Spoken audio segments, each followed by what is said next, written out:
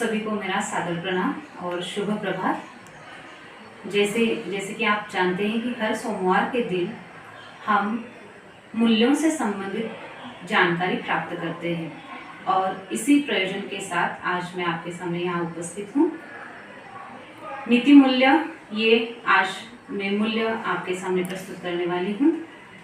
वैसे मूल्य क्या है, उसकी परिभाषा क्या है, ये तो आप सभी जानते ही हैं, लेकिन नीति मूल्य जो रोज़ाना हम अपने ज़िंदगी में उसका प्रयोग करते हैं वही और उससे संबंधित ही जानकारी यहाँ मैं आपके सामने प्रकट करने वाली हूँ। जैसे कि रोज़ाना आप दिन भर में जो दिनचर्या आप करते हैं वो भी एक नीति मूल्य के आधार पर ही होता है। यूँ कहें तो मनुष्य का पूरा जीवन नीति मूल्यों के आधार पर ही निर्भर है। जब आप परिवार में होते हैं तो आप पारिवारिक मूल्य उसे निभाते हैं। जब आप समाज में आपका संबंध आता है तो सामाजिक मूल्य आप उसके आधार पर वो नियम, वो मानदंड या फिर वो मूल्य आप आत्मसात करते हैं। मूल्य वैसे देखा जाए तो केवल सुनने में या समझने की तो बात है ही, लेकिन उसके साथ साथ उसे आत्मसात करने की भी बहुत ज़रूरत है। नीति मूल्य का आधार पर अगर हम देखें तो हमें ये ज्ञात होता है कि हमें प्रेम, त्याग, सद्भाव, सेवा भाव, धर्मनिरपेक्षता, राष्ट्रीय एकात्मता, राष्ट्र प्रेम, उसके साथ साथ सहिष्णुता, ऐसे कई ऐसे मूल्य हैं जो नीति मूल्य के अंतर्गत आते हैं, जिनका उपयोग हम हमारे जीवन में करते आ रहे हैं। बस हमें इनको और वृद्धिगत करना है। और यही मूल्य क्या करते हैं, हमें संस्कारों से, क्योंकि संस्कार जो हमें प्राप्त हो रहे हैं वो मूल्यों के आधार पर ही मिल रहे हैं। परिवार में आपको संस्कार मिलते हैं वो भी मूल्यों के आधार पर ही मिलते हैं। समाज में आप जब व्यवहार करते हैं तो वहाँ भी आपको ये नीति मूल्य ही उपयोग में आते हैं। अब जैसे कि आपका बर्तन अच्छा होना चाहिए, आपका व्यवहार समाज में अच्छा होना चाहिए।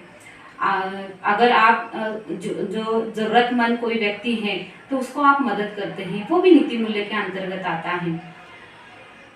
मुझे ये कहने का तात्पर्य है कि जब हम कोई चीज़ करते हैं तो उस वक्त करते समय हमें मूल्यों के आधार पर ही वो बात या फिर वो कार्य करना चाहिए, क्योंकि कोई भी कार्य करते समय हमसे कोई गड़बड़ी ना हो, कोई बिगाड़ ना हो, ये भी एक अच्छे वर्तन का ही प्रमाण होता है।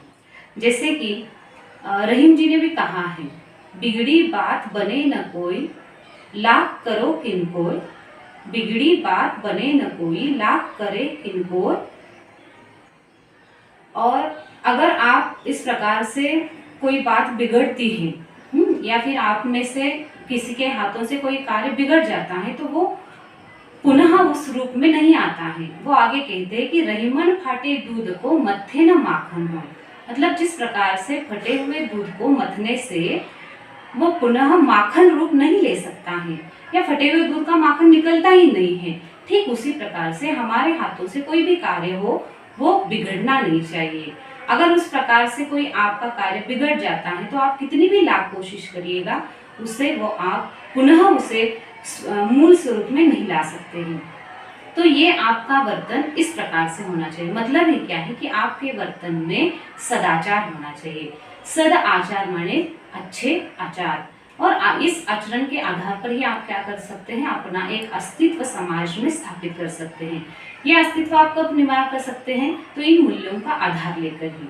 ये संस्कार, ये अस्तित्व किसके आधार पर हमें मिल रहा है, तो ये इस प्रकार के कई नीति मूल्यों के आधार पर हमें प्राप्त होते हैं। और एक बात यहाँ पर मैं आपसे कहना चाहूँगी कि आप में विनम्रता होनी चाहिए। अब विनम्रता से संबंधित भी रहीम जी ये बात कहते हैं, रहीमन जिह्वा बावरी कहेगी सरग पातान। रहीमन कहते हैं, रहीमन बावरी जिह्वा बावरी कहेगी सरग पातान, आपहु कहीं भीतर जाए जूती खात कपान। अर्थात क्या है कि जो जिह्वा है उस जिह्वा पर हमें नियंत्रण रखना चाहिए, उसमें विनम्रता होनी चाहिए। अगर उसमें विनम्रता नहीं है तो कभी कभार आप पर इसका उल्टा परिणाम भी भुगतना पड़ता है। जैसे कि ये जिह्वा क्या करती हैं, अच्छा भी बोलती हैं, बुरा भी बोलती हैं, लेकिन बुरा बोलने के कारण वो तो खुद अंदर रहती है, लेकिन उसका उसका परिणाम किसे भुगतना पड़ता है? उसके जूते किसे खाने पड़ते हैं? हमारे कपाल को, अर्थात हमारे सिर को खाने पड़ते हैं। तो इसीलिए कोई भी कार्य करते समय या फिर जब भी हम किसी से बात करते हैं तो उसमें विनम्रता होनी बहुत आवश्यक है। विनम्रता के साथ आपका एक अलग अस्तित्व सामने आता है। तो इस प्रकार के कई ऐसे नीति मूल्य हैं जिनके आधार पर हम अपना जो अस्तित्व है, हमारी जो पहचान है वो हम अच्छे से बना सकते हैं। और ये सिखाने का कार्य कौन करता है? ये मूल्य करते हैं। इसीलिए हर जो भी कार्य करें या फिर जिस प्रकार से आप समाज में व्यवहार करते हैं, तो उसमें आपको ये ध्यान में रखना है कि हम में विनम्रता हो, हम में सहनशीलता हो, प्रेम त्याग की भावना हो, सेवा भाव हो। मैं तो यूँ कहूँगी कि जिस प्रकार से आप घर में अपने माता पिता की सेवा करते हैं, उस प्रकार से आप गुरुजनों की भी सेवा करें। उनका आदर सम्मान, उनके प्रति आदर भाव आपको रखना चाहिए, क्योंकि माता पिता के प्रति जो आपका सेवा भाव है वो तो आप करते ही हैं, लेकिन कुछ लोगों के बीच में जिस प्रकार के आज ये भूमंडलीकरण का जो प्रभाव आजकल बच्चों पर पड़ रहा है, उसके कारण कहीं ना कहीं हम संस्कृति से थोड़ा सा अलग होते जा रहे हैं। तो मैं कहना चाहूँगी कि आप अपने माता पिता का आदर रखिए, उनको कभी धोखा मत देना। अगर आप उनको धोखा देते हैं तो आप अपने जीवन में हमेशा धोखे ही खाते रहेंगे। इसलिए उनके प्रति भी सेवा भाव आपका होना चाहिए, राष्ट्र के प्रति आपका राष्ट्र प्रेम दिखना चाहिए, धर्म भाव, सहिष्णुता, समानता, इस प्रकार के कई मूल्य हैं जो आपको अपने आप में ही विकसित करने हैं। और ये विकसित करने के लिए क्या करना पड़ेगा? इन सभी मूल्यों को हमें आत्मसात करना पड़ेगा। तो इस प्रकार से अगर हम ये नीति मूल्य हमारे रोज़ाना ज़िंदगी में अगर हम उसका प्रयोग करते हैं, उनका उपयोग करते हैं, तो हमारा जीवन बहुत सुंदर हो सकता है, और वो होता ही है। इसलिए इस पर थोड़ा सा ध्यान दीजिएगा, और इन बातों को ध्यान में रखते हुए आप अपना चरित्र भी एक अच्छे से बना सकते हैं। तो जाते जाते मैं इतना कहूँगी, सिर्फ हंगामा खड़ा करना मेरा मकसद नहीं है, सिर्फ हंगामा खड़ा करना मेरा मकसद नहीं है। मेरी कोशिश ये है कि ये सूरत बदलनी चाहिए। इन्हीं पंक्तियों के साथ मैं अपने विचारों को ये विराम देती हूँ। धन्यवाद।